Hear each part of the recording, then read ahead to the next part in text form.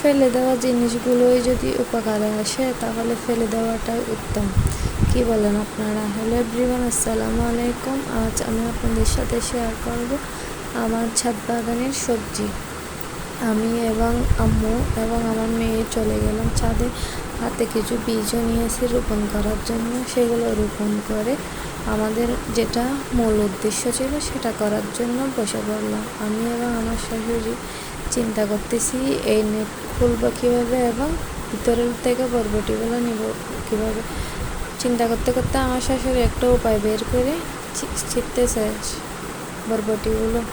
বরবটিগুলো ছিটতে উনি আমাকে বলতেছে কোনগুলো নিবে না, আমার কাছে জিজ্ঞেস করতেছে।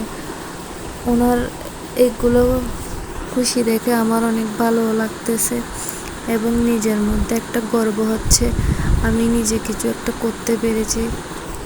এগুলো আমি সবজির খোসা টবের মধ্যে রেখে উপরে একটু মাটি দিয়ে তারপরে লাগিয়েছিলাম। আসলে এক একজনে এক এক রকম উপায়ে সবজি বা যে কোনো কিছুর বাগান করেন। আমি আমার সিক্রেটটা বললাম, আমি তেমন মাটি ইউজ করি না, আর বাসা বাড়িতে মাটি পাবো বা কোথায়। সবজির খোসাও এক ধরনের সারের মতো কাজ করে। আবার একটা বেগুনও ধরছে, বেগুনটা এখনও অনেক ছোট, এবং কিছু ছোট মরিচও আছে যেগুলো আমরা চিটাঙ্গে ভাষায় দান্না মরিচ বলে থাকি।